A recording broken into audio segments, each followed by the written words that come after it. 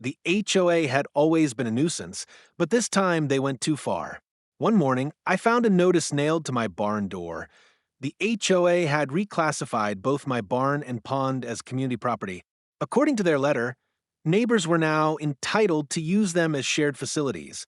My barn, which had been in my family for 3 generations, and my pond, where my kids learned to fish, suddenly weren't mine anymore, at least in their eyes.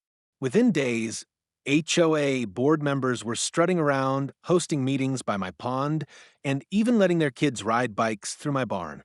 When I confronted them, Karen, the board president, smirked and said, "If you live in this community, you live by our rules."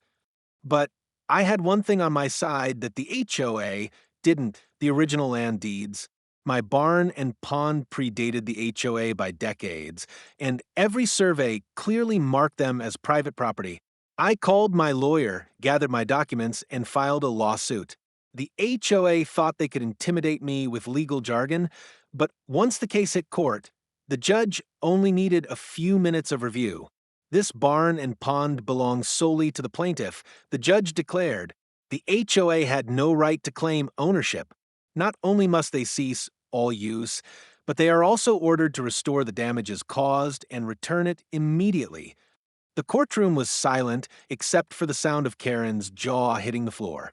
Weeks later, the HOA had to pay for repairs to my barn and clean up my pond, all while neighbors whispered about their humiliation. I didn't just win my property back, I proved that homeowners don't have to bow to HOA bullies when the law is on their side.